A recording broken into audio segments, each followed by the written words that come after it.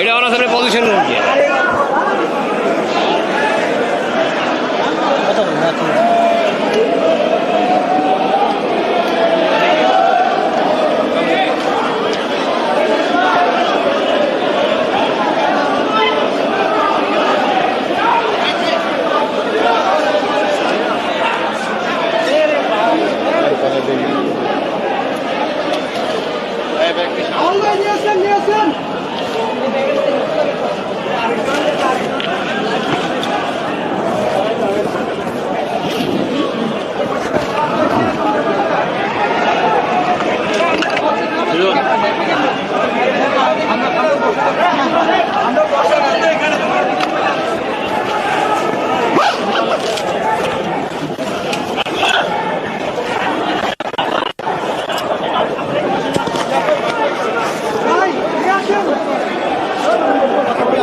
Hello hello hello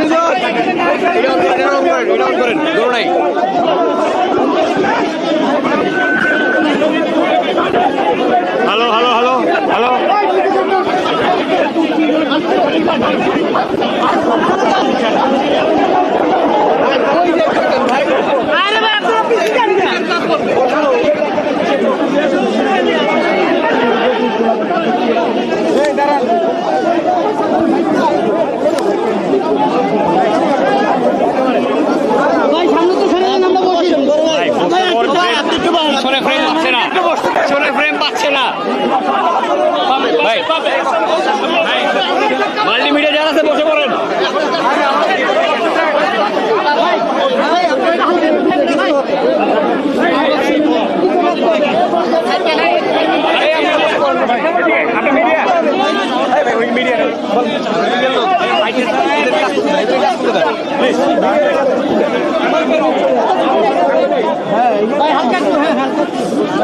সামনের mobile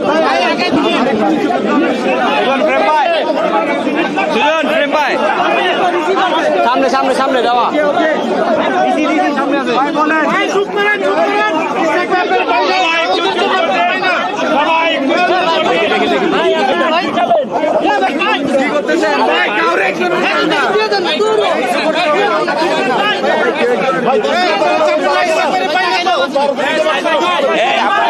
আপনার ওখানে কাজটা কি বলেন তো? আপনারা এতবার বলতেছেন শোনেন না।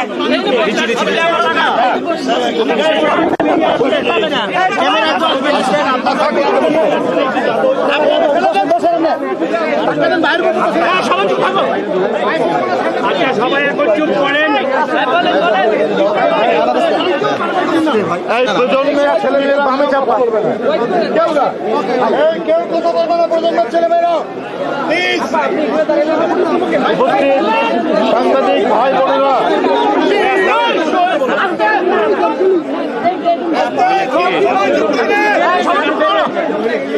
হয় আপনি বসেন, তাহলে আপনি পিছনে যান, হয় বসেন।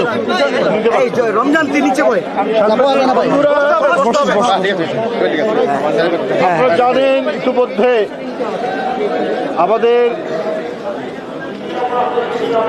বাংলাদেশের এক প্রখ্যাত মুক্তিযোদ্ধা, বিশিষ্ট রাজনীতিবিদ, ঢাকা সিটি কর্পোরেশনের সাবেক মেয়র এবং রণাঙ্গনের প্রত্যক্ষ যুদ্ধে যিনি নেতৃত্ব দিয়েছেন গেরিলা যোদ্ধা জনাব সাদেক হোসেন খোকা, মরহুম সাদেক হোসেন খোকার পুত্র ইশরাক হোসেন ইঞ্জিনিয়ার। তাকে দিয়ে কদিন আগে জাতীয়তাবাদী মুক্তিযোদ্ধা দল বিএনপির ভারপ্রাপ্ত চেয়ারম্যান জনাব তারেক রহমানের পরামর্শে ইশরাকের নেতৃত্বে বাংলাদেশ জাতীয়তাবাদী মুক্তিযোদ্ধা দল গঠন করা হয়েছে। জাতীয়তাবাদী মুক্তিযোদ্ধা প্রজন্ম গঠিত হয়েছে। জাতীয়তাবাদী মুক্তিযোদ্ধা প্রজন্ম এই সংগঠনটি সকল মুক্তিযোদ্ধাদের সন্তান এবং দেশের প্রখ্যাত ফ্রিডম ফাইটার যারা রণাঙ্গনে যুদ্ধ করেছেন তাদের সন্তান তারা।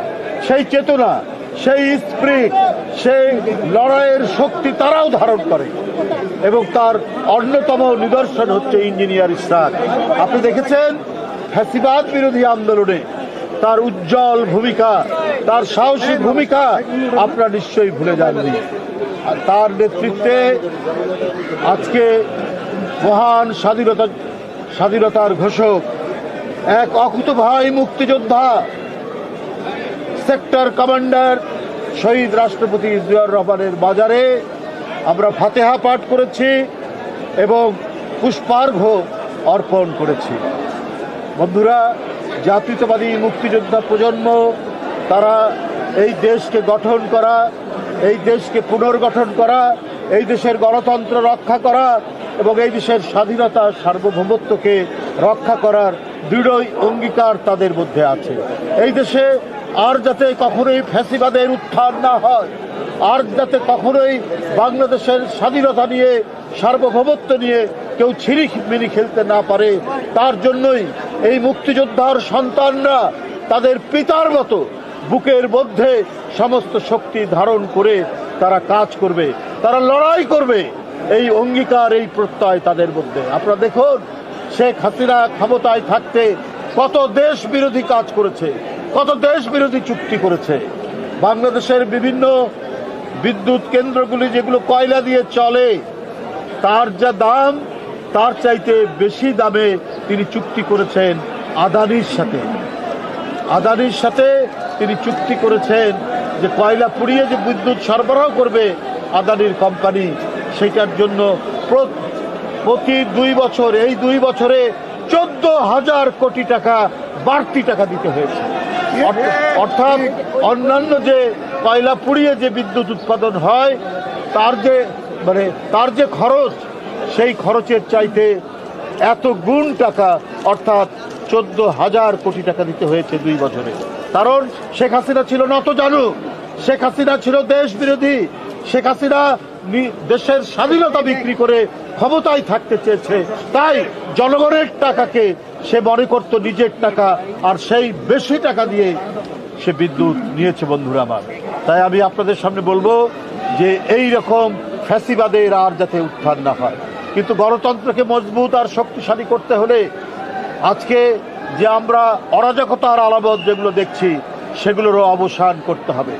আমাদের অন্তর্বর্তীকালীন সরকার তাকে যদি এইটা অবসান না করতে পারেন, এই যে দলবদ্ধভাবে আক্রমণ, এই যে মব, এই যে উচ্ছৃঙ্খল জনতা, তারা নানা ইস্যুতে, নানা ইয়েতে তারা আক্রমণ করছে, প্রতিষ্ঠান ভাঙছে, একের পর এক যে সমস্ত কর্মগুলো হচ্ছে, এইটা গণতন্ত্রের বিরোধী কর্মকাণ্ড।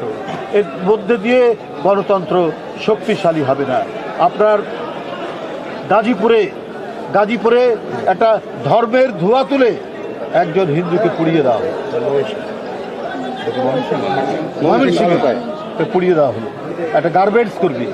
আমি কালকে গিয়েছিলাম লক্ষ্মীপুরে, বিএনপির সহসাংগঠনিক সম্পাদক একটি ইউনিয়নের, সেখানে আগুন দিয়ে দুষ্কৃতিকারীরা পুড়িয়ে তার এক সন্তানকে, 8 বছরের সন্তান আয়সাকে পুড়িয়ে হত্যা করেছে। আরেক সন্তান স্মৃতি, সে ঢাকা বার্ন ইউনিটে মৃত্যুর সাথে পাঞ্জা লড়ছে। তার বাবা আগুনে পুড়ে লক্ষ্মীপুর সদর হাসপাতালে, সে সেখানে মৃত্যুর সাথে লড়ছে। এই দুষ্কৃতিকারী কারা? কেন পুলিশ খুঁজে পায় না? কেন হাদির দুষ্কৃতিকারীরা কোথায় আছে? তারা দেশে না বিদেশে, আজও সেটা প্রশাসন, পুলিশ প্রশাসন খুঁজে পায় না। তাহলে আজকে কারা দায়িত্বে আছে, কারা দায়িত্ব পালন করছে?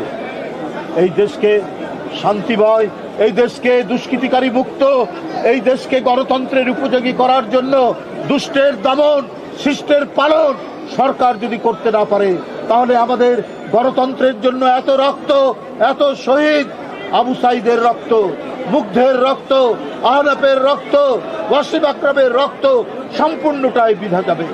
তাই এই উচ্ছৃঙ্খল ভীরতন্ত্র, দলবদ্ধভাবে আক্রমণ বন্ধ করতে হবে, ডেমোক্রেসি বন্ধ করতে হবে, বন্ধ করে মানুষের মধ্যে শান্তি, সুস্থি এবং ফেব্রুয়ারিতে অবাধ সুষ্ঠু নির্বাচন, ইনক্লুসিভ নির্বাচন, এই নির্বাচনের পরিবেশ নিশ্চিত করতে হবে। বন্ধুরা, জনগণ, ভোটাররা অপেক্ষা করে আছে। তারা 16 বছর 17 বছর তারা তাদের অধিকার, ভোটাধিকার প্রয়োগ করতে পারেনি। সেই সম্ভাবনা তৈরি হয়েছে। সেই সম্ভাবনাকে যাতে কোনো দুষ্ট চক্র, কোনো দুষ্কৃতিকারী, তার দুর্বৃত্ত এটা যেন নষ্ট করতে না পারে, সেটা তো অন্তর্বর্তীকালীন সরকারের দেখার দায়িত্ব। যাই হোক, আমরা আজকে শুভকামনা জানাই, আমরা শুভেচ্ছা জানাই নবগঠিত জাতীয়তাবাদী মুক্তিযোদ্ধা প্রজন্মের সংগঠন ইঞ্জিনিয়ার ইশরাকের নেতৃত্বে। এটা আরো গতিশীল হবে, এটা আরো বিকশিত হবে, কারণ যত মুক্তিযোদ্ধাদের সন্তান নিয়ে যে সংগঠনটি সে গড়ে তুলেছে, কারণ সে নিজে একজন সংগঠক, অত্যন্ত গতিশীল তরুণ নেতৃত্ব, সুতরাং তার নেতৃত্বেই এটি আরো বৃদ্ধি বিকাশ হবে। এবং আমি তাদেরকে আশীর্বাদ করি, তাদেরকে দোয়া করি, ইনশাল্লাহ তারা সেই কাজটি করবেন।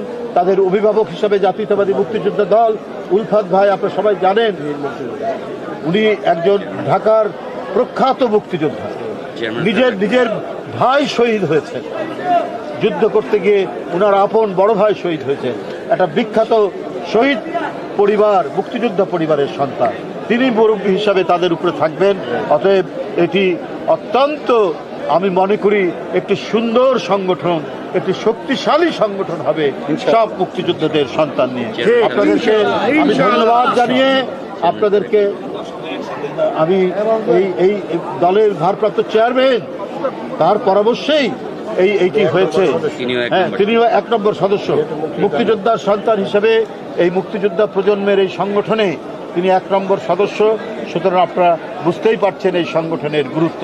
যাই হোক, আমি বিদায় নিচ্ছি। আমি একটু শুভেচ্ছা দেওয়ার জন্য ইঞ্জিনিয়ার ইশরাককে অনুরোধ করছি। বিসমিল্লাহির রহমানির রহিম। প্লিজ প্লিজ প্লিজ মাজারে এখানে হাত তালি দিও না, বন্ধ করো মাজারেটা।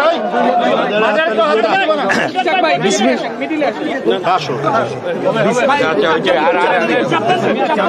অসুবিধা নেই, এখান থেকে নিয়ে। বিসমিল্লাহির রহমানির রহিম। উপস্থিত আজকে আমাদের এই অনুষ্ঠানে বাংলাদেশ জাতীয়তাবাদী দলের সিনিয়র যুগ্ম মহাসচিব, আমাদের সকলের অভিভাবক, যিনি আন্দোলন সংগ্রামের একেবারে দুঃসময় আন্দোলনের বাতিকে টিম টিম করে হলেও জ্বালিয়ে রেখেছিলেন। আমি আমাদের আজকের প্রধান অতিথিকে ধন্যবাদ জানাতে চাই। উনি কষ্ট করে ওনার মূল্যবান সময় দিয়েছেন এই অনুষ্ঠানটাকে সফল করার জন্য। অনেক দূর থেকে তিনি এসেছেন, লক্ষ্মীপুর থেকে।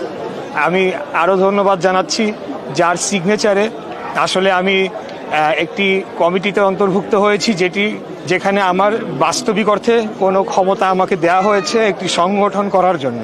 তো আমি এইটাকে একটা মনে করি যে একটা বিশাল দায়িত্ব। এটা কোনো পুরস্কার নয়।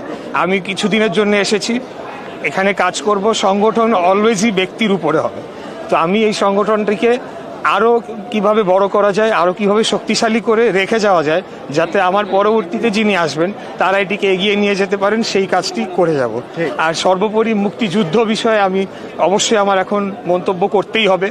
আপনারা দেখেছেন যে যেটি আমরা বিগত 54 বছরেও দেখি নাই, যে মুক্তিযুদ্ধকে হেয় প্রতিপন্ন করে, একেবারে পাবলিকলি যেভাবে হেয় প্রতিপন্ন করে এবং সম্পূর্ণ মিথ্যা বিভ্রান্তিকর তথ্য দিয়ে বিতর্কিত করার চেষ্টা করা হচ্ছে, শুধু কেবলমাত্র 71-এ একটি দলের যে ভূমিকা ছিল সেই ভূমিকাটিকে আড়াল করার জন্য এটি অত্যন্ত নিন্দনীয়। গণ অভ্যুত্থানের পরে গণ অভ্যুত্থানের পক্ষের যারা শক্তি আমরা ছিলাম, আমাদের এক থাকার কথা ছিল, কিন্তু আমরা আজকে সেটি থাকতে পারছি কিনা সেটি আমাদের মাথায় নিতে হবে। এবং সেটার কারণেই কি হাদির মতো দেশপ্রেমিকদের উপরে নির্মম বর্বরোচিত হত্যাকাণ্ড সফলভাবে করে পালিয়ে কিভাবে যেতে পারছে, তো এটি আইদার ইন্টেলিজেন্সের ব্যর্থতা, আরেক দিক থেকে দেখতে গেলে ইন্টেলিজেন্সের সফলতা, যেটি আপনারা বলেন। আমরা শুরু থেকেই বলে আসছি যে হাসিনার দোসরদেরকে নিয়ে এই বর্তমান সরকার তারা সংসার করে আসছে, তারা আমাদের কথা শোনে নাই। আমাদের অভিজ্ঞ রাজনীতিবিদরা বারে বারে বলেছেন প্রশাসনের সংস্কার দরকার, কেন নির্বাচন করতে হলে কি কি সংস্কার দরকার, সেগুলো তারা করে নাই। তো যাই হোক, আমি এখানে বেশি কথা বলবো না। আমাদের সিনিয়র যুগ্ম মহাসচিব, উনি আমাদের নেতা, উনি সব বলে দিয়েছেন। উনি আমাকে সুযোগ করে দিবেন আগামী দিনে এই দলের জন্য কাজ করার জন্য। আমরা ক্ষমতার জন্য লড়াই করি না, সেটা নিশ্চিতভাবে যদি একজন জলজন্ত উদাহরণ থাকে সেটি হলো আমাদের আজকের প্রিয় প্রধান অতিথি। তো ইনশাল্লাহ দেশ এবং জাতির জন্য কাজ করে যাবো। ধন্যবাদ সবাই শুভেচ্ছা দিয়ে দেন। সবাইকে আমি শুভেচ্ছা জানাচ্ছি এবং আমি আমাদের নেত্রী, দেশনেত্রী বেগম খালেদা জিয়ার সুস্থতা কামনা করে দোয়া চাচ্ছি সকলের কাছে। এবং আগামী 25 তারিখ আমি গণমাধ্যমের সবার মাধ্যমে বলতে চাই, সারা বাংলাদেশ থেকে কোনো বাধকতা নাই, আপনারা আপনাদের নেতাকে এক নজর দেখতে আসবেন, এটাই স্বাভাবিকতা। আমরা আপনাদেরকে অভ্যর্থনা জানানোর জন্য ঢাকা মহানগর উত্তর এবং দক্ষিণ বিএনপি আমাদের প্রিয় প্রধান নেতার নেতৃত্বে আমরা সকল প্রস্তুতি সম্পন্ন করার প্রক্রিয়া রয়েছি। ধন্যবাদ। সুন্দর।